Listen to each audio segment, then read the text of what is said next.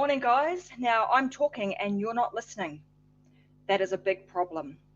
Man, I just got off that call, and that guy that I was just talking to, he just did not understand a word that I was saying. Those people that I was just talking to just a minute ago, they were talking to me, but I didn't understand a thing that they were talking about. Do you ever hear yourself saying that? Yeah, today's topic is a little bit serious, and that probably sounded quite serious. Man, I'm talking and you're not listening to me. So today I wanted to talk about this because it is super, super important, and it rolls across every single thing we do in life, whether it be the way in which we communicate with our children, whether it be the way that we communicate at work, in sales, so on and so forth. What I'm about to talk about today, which clearly is about listening, is going to make you a lot of money if you listen up. But not only is it going to make you a lot of money, it is actually going to help you have really successful relationships with your partners, your children, and everybody else around you. So that's the topic of today's discussion. I know you probably like opened up the screen today and went, "Oh my God, what the heck is she on about? She's telling us, she's talking, and you guys are not listening." So welcome to today's session. It's always light and breezy when you jump on these. We are streaming right now on Facebook and also YouTube, and you're probably listening to this too, potentially on a podcast. So welcome to today's Unlock Show. I'm Tracy Wilson, and it is my absolute pleasure to have you guys here with me today. The topic doesn't really need a lot of introduction after that, right? So, I want to talk about listening and the art of listening, and why it's super, super important that we get really, really good at this. Before I jump into it all, I'm just going to click over here and just make sure that I can actually see you guys, that there's some people here actually watching today and listening to what I'm going to be talking about, and that you can actually communicate with me. So if you're watching on Facebook or elsewhere, you can actually type in the comment section. I'll actually see those, so I'll be able to communicate with you, and I will be listening. So I will make sure that I pay attention, and I'm looking at the comments, and I will make sure that I am responding to you. So let's get stuck in. And like I said, this is a topic that is super important.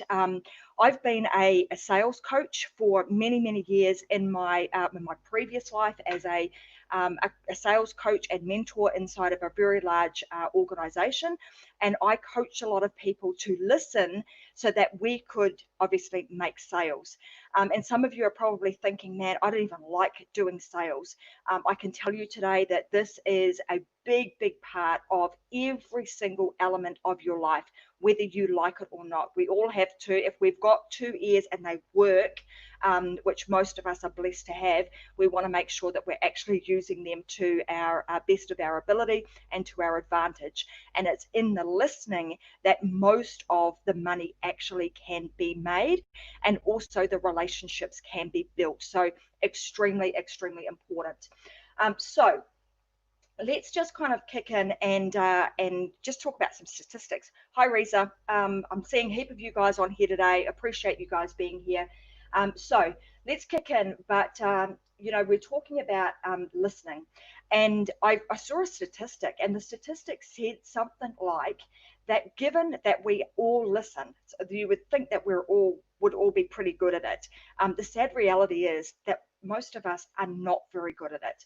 In fact, most research is actually suggesting that most of what we actually listen to, we're really only hearing somewhere between 50 to 25 to 50% of it. So if you think, to put that into perspective, today's show is like a 30-minute segment. If you listen to the show for 30 minutes, the reality is that you're probably only going to be hearing or really listening or paying attention for half or 25% of that. So that being said, have you ever wondered why maybe your children or even your team members, you're constantly like, man, I've told them that before. Why didn't they get it? And you would have also heard the saying that we need to repeat something, like particularly in a marketing sense, 9 times. You got to repeat it over and over and over and over again until somebody actually hears it. This is why. And a few weeks ago on the show, I talked about the statistic of us having something like somewhere between 50 and 60,000 thoughts a day. So you kind of couple all of that, the thoughts that are going through your head, and you trying to pay, or the person trying to pay attention to you and listen to what you're saying. They are having to compete with all of those thoughts and all of the, distractions of looking out the window and, maybe listening to some side chatter and so on and so forth, and maybe even trying to preempt what you're going to be saying next. So those are all the things that you are competing with when you're trying to get the message across, but equally when you are on the receiving end, trying to listen, hear, and to understand what somebody is actually, telling you. So I want to talk about this in the context of both business, but also family and in your life. And like I said right at the beginning, this is super, super important. And the thing that I also want to make point of is that this isn't just about making money. If we don't use our listening skills and we're not active in utilizing those, you're leaving a lot more on the table than just money. So one of the things that I've thought about this a lot, and one of the things that I've done with my family, even when they were like really teeny tiny, and it started out with probably my OCD of them not wanting to make a mess around the house, not walking around with food. So one of the things that we always do, and we still do to this day, is every night when we have dinner, we sit down at the dinner table together as a family. And what I have found by doing just that simple task each and every day with your family and even with your children at a young age, that is the time where you put everything down. Technology goes away, TV gets turned off, and you pay attention to one another. You enjoy the meal together, but you're also having conversation about what's gone on in their day. And I can tell you that certainly my experience has been by doing that and making I suppose it's become a tradition. You don't come to my place without sitting down at the dinner table and us actually having a conversation about what's been going on. It will help you to build a really solid foundation for your family, and it will continue to open up those lines of communication. But not only allowing people to speak, but really listening to what they are talking about. So from a family perspective, I think it's super and super important. If you're somebody that has TV dinners and sits with your dinner on your knee and watches television, then I would encourage you to give this a go, set the dinner table and just get round it and have a really good conversation with your children and your family. Because someone's saying here, best memories are created there. Absolutely, I would agree with that. And I'm somebody that enjoys to cook, and I love to cook for other people and have them around the dinner table so we can have a good old chin wag. Secondly, on the other flip side of that is obviously how this listening piece comes into play when you're in a business sense. So, like my little intro was, like you're not listening to me, and I know that I said it like that, and you probably thought, man, she's done that before, and I think I have once or twice come out with that look and that. I'm trying to talk and you're just not listening to me. And often in relationships, particularly with your partner, you can feel that way when you're not feeling as though you're being heard. So I want us to look at this from 2 points of view. One is from a communication perspective of when you're communicating, making sure that we're really clear with the message that we want to get across. And secondly, that we're actually really listening to what somebody is saying, and then I'm going to give you some skills and some things that you can do to really help you to understand what the person is saying. Because as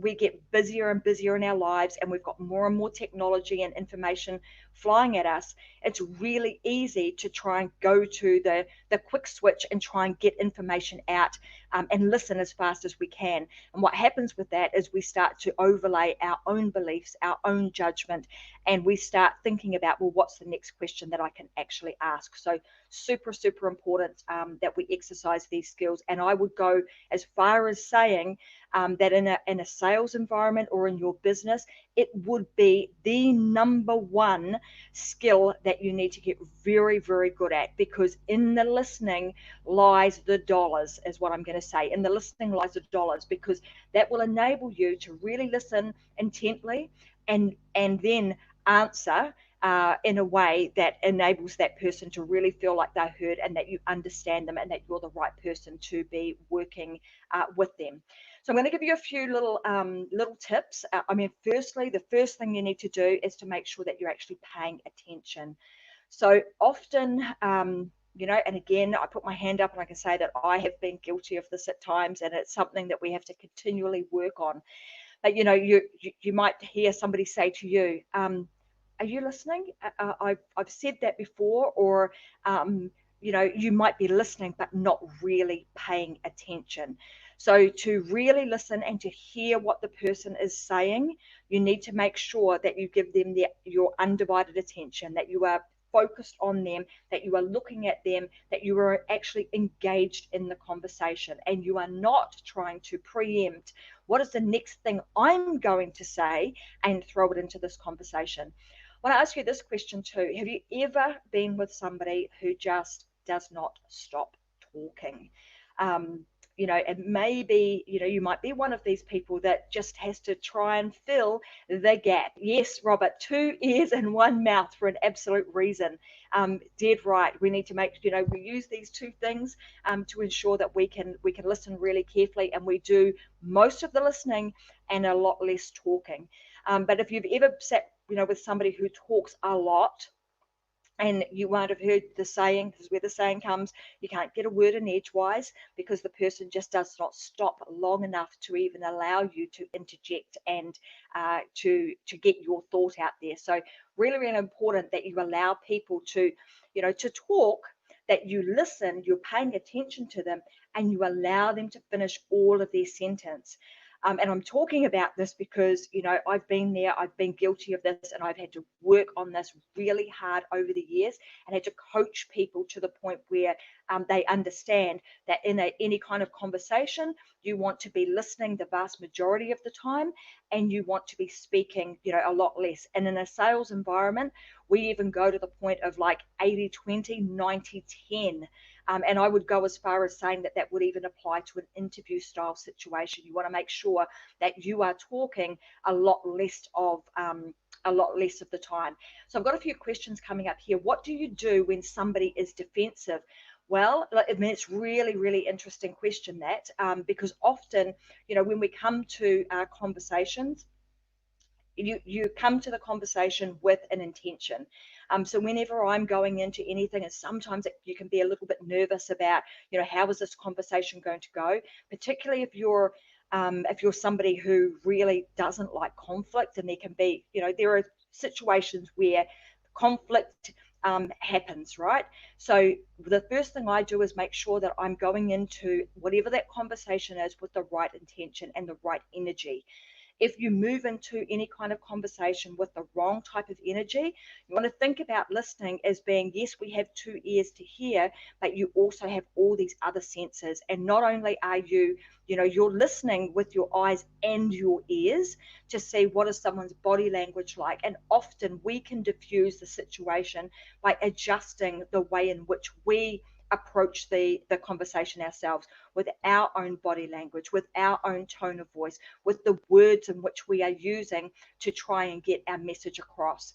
And if we can allow that person to speak first, and you have this moment of, you kind of like got to put a big zip on it, put the zip on and say nothing to allow the person to get it off their chest, often that will also help to diffuse any, you know, hostile or defensive type situation. And not coming at it from a point of, you know, judgment of, I've got to get in, but you're saying this, but it's this, and I'm coming at it from a perspective of, I've got to have the last say or be right. You know, there is no sense in trying to win in a situation like that. What you're trying to do, the winning for all, is that you come out of that conversation with on a nice, even, you know, playing field, so to speak, and that you are able to move forward with some level of, you know, of being able to move forward and not being stuck in that conversation. So yeah, those were just some of the things that I have, you know, digressed a little, because that was a question that came up. But those are some of the things that I've found that have held me in really good stead over the years. So the first is like paying attention. When you move into that conversation, you want to make sure that you pay attention. When you do that, often even that is enough to diffuse any type of hostile situation, or a point where somebody is, you know, is not necessarily vibing or driving at the same, you know, level that you are. Okay, the next thing I'm going to put on here is that you want to show them that you're actually listening. So you want to make sure that you're, again, this all comes down to paying attention, nodding, and and saying yes, I'm listening. Making sure that you're actually, they can see that you are paying attention to them. You're not writing things down. You're not looking out the window. You're not having side conversations. Often you can see when somebody is already thinking about something else in their head and not paying attention to you. So super and super important that you show that you are actually listening. And that can come in when you use things like paraphrasing and say, reiterating back to them that you've actually understood what they are talking about. So hi guys, I can see Ryan here, and I've got a heap of conversation going on in the side chat here. The next thing is like providing feedback and seeking clarification.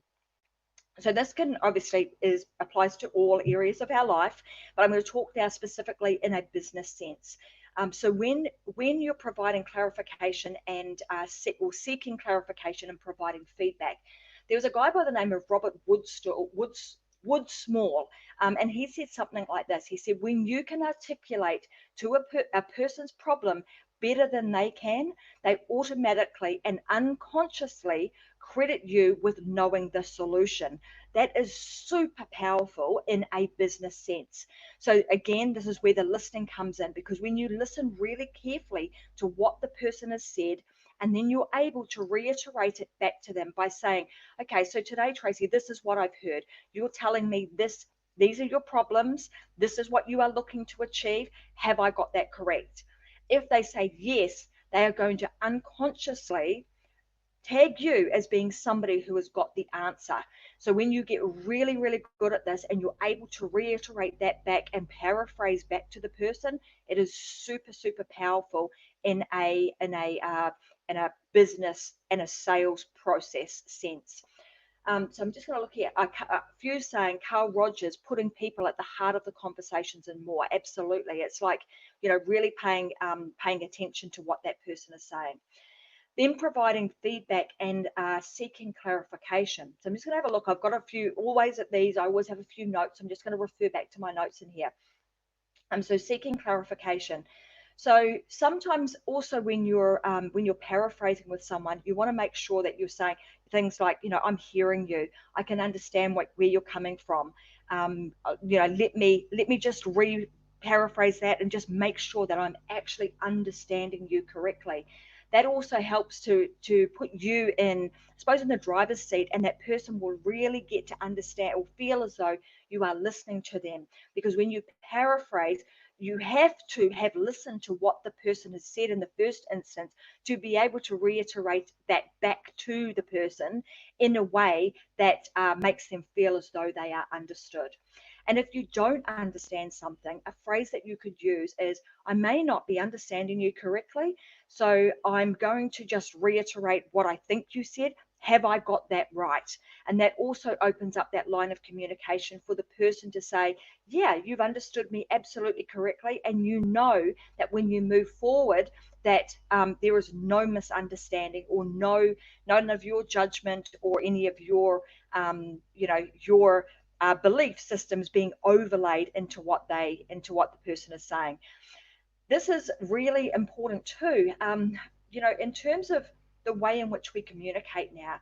So if you think about, me communicating to you, I can speak, and I can speak what I can try and, articulate things to you in a way that I want you to understand. But often when you go to the likes of written communication, whether it be text messaging or, on social media, and, you might be typing something, we have to remember that often as the listener in that case, or the reader of the message, we're overlaying to that message the way in which we're feeling at that time. So if you're not feeling very good and somebody has written something, and it may not necessarily have been their intention to have written it in a way that you have interpreted it, It's because you have overlaid the way that you feel and your own beliefs to that conversation. And often that can be where things get, misconstrued, or where we have this problem with communication. So jumping on a call and actually having a conversation, a two-way conversation like this, where you get to speak with one another, where you get to see one another, that you get to understand how that person's feeling from a vibrational level, is really is extremely powerful. So the next thing that I've got on my list is like deferring judgment. So again, interrupting, I'm going to say interrupting is really a waste of time. So when somebody is trying to talk and they're trying to get a message out, when we interrupt them, we're actually not just interrupting their train of thought, or, even cutting them off, so that the message then limits our understanding. If we don't allow the person to finish their sentence and get out what they were trying to communicate to us, then often you won't have a full level of understanding of what they are also trying to talk about. So that is super, super important, that we don't interrupt. And that can often be hard, and it requires a lot of practice. But one of the things I would get you guys to do right now, I'm actually just want to go to the audience and ask you guys, like on a scale of 1 to 10, I know I ask this question a lot, but I'm just trying to gauge, how good you guys are at this. If you were to rank yourself on a scale of 1 to 10, as far as how good your listening skills are, where would you rank you? 1 being like you're not really very good at it, 10 being you are awesome at it, and you have, you constantly are looking at ways that you can improve your listening skills. So give me a gauge. Type to me in the chat section, and if you're watching this on YouTube or the podcast, give me a little give me some feedback and let me know how you're going. Because after the show, I'm going to give you a checklist, or a tips list, really, that will help you to improve in this particular area. Awesome. I've got some people telling me that they're 8s. Some are telling me that they've got some work to do. So allowing the person to finish their sentence before you jump in and interrupt them, even with counter arguments. Again, sometimes it's really, we have this real need to want to get our words out and to share, what we want to get across, when in fact we want to make sure that we're really being quiet. Often the beauty is in the silence and in the quietness. And although on a show like this, we can't have those what we call pregnant pauses where I'm quiet for a long length of time. When you're in a conversation with someone, sometimes those are really good, because it allows room for new thoughts to come in, and room for the person to actually breathe, and to take in, a new piece of material that we want to share with one another. So we want to make sure that we are really, really exercising a good use of, your listening. Good way to do this is sometimes just to sit down and, you might even have like a little prompt that is like, okay, it's my turn to talk. In my culture, so I'm New Zealand Māori, and in our culture, when you're on we call a marae, so you go to a meeting place, and when the person is talking, we hand around a stick. All right, so it's a big a stick that we hand out, and that is the talk. Let's just call it the talking stick. That gives that person in that moment the opportunity to stand up and talk and speak about, to say their piece without being interrupted by anybody else.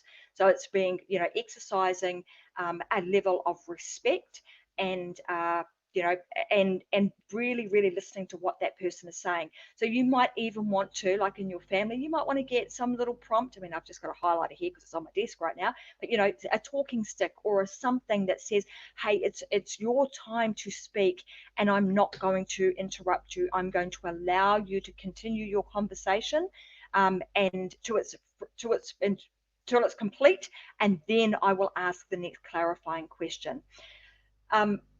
These skills will hold you in good stead in every area of your life. I can tell you, when you are interviewing somebody, even if you're going for an interview, that interviewer, more often than not, is trying to see whether or not you're listening to what they are saying. and have you listened to, you know, information about their company? So it's super, super important, and it does go across so many areas of your life that it is not even funny. And when you get really good at this and you allow the time to be quiet and to really listen, you will be absolutely surprised at what you hear, and be prepared to hear, not just listen. I know as a mother, we get really, really good at, I'm going to say, tuning out, you know, hear the white noise, but it's super important that we don't have that, you know, tune out white noise on all the time. We need to remember, we get men, we get really good at this as females. We learned how to tune out to, you know, the cries of children and all sorts of mom, mom, mom, can you help me with XYZ all the time. So it's important that we also remember when we need to switch our ears back on and ensure that we are actually listening. I'm going to wrap up very, very shortly, but I'm going to tell this little story because the other day my daughter-in-law and my granddaughter were here. My granddaughter was like 7 years old, and I'd sent her away. I said, Jada, can you go and get, it might have been my glasses or something like that.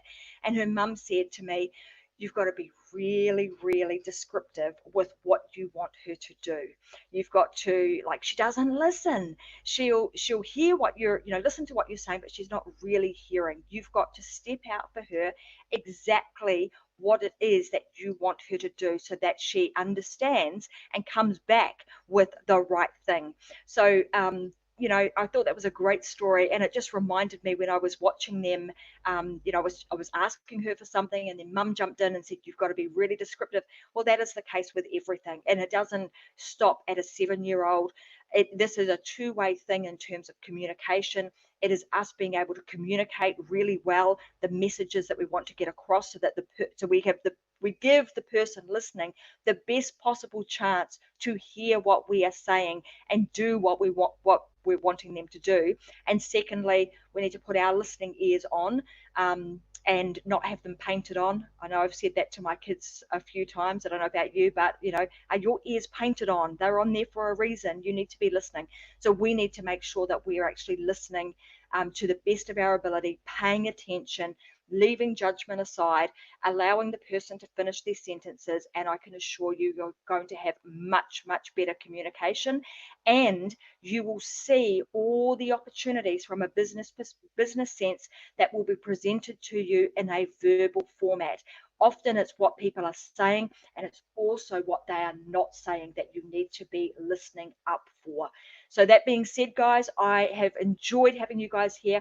I'm going to do a little bit of social listening right now and just have a look at some of the comments that are coming in, and make sure I can get over there and, whoa, where's the mouse gone? Get over here and just pull some of these up.